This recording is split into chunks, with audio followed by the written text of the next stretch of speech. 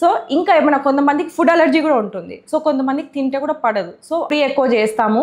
Troponin I అంటే ఇది ఒక టెస్ట్ ఫర్ మనకి హార్ట్ అటాక్ ఏమైనా ఉందా లేదా అని తెలియడానికి ట్రోపోనిన్ ఐ అని చేస్తాము.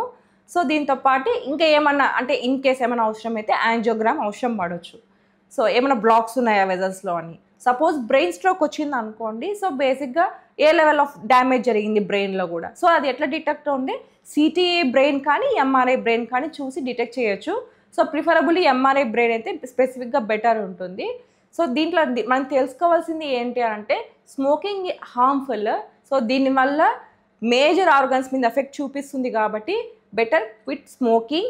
At the same time quit చేయాలంటే ఒక కన్సల్టెంట్ ఒక డాక్టర్ని వచ్చి అప్రోచ్ అవ్వండి. సో దట్ వాళ్ళకి స్పెసిఫిక్ మెడికేషన్స్ వల్ల సో రిస్క్ అనేది తగ్గుతుంది. At the same time family కూడా హ్యాపీగా ఉంటుంది. అండ్ ద లైఫ్ ఎక్స్పెక్టెన్సీ కూడా మీకు పెరుగుతుంది.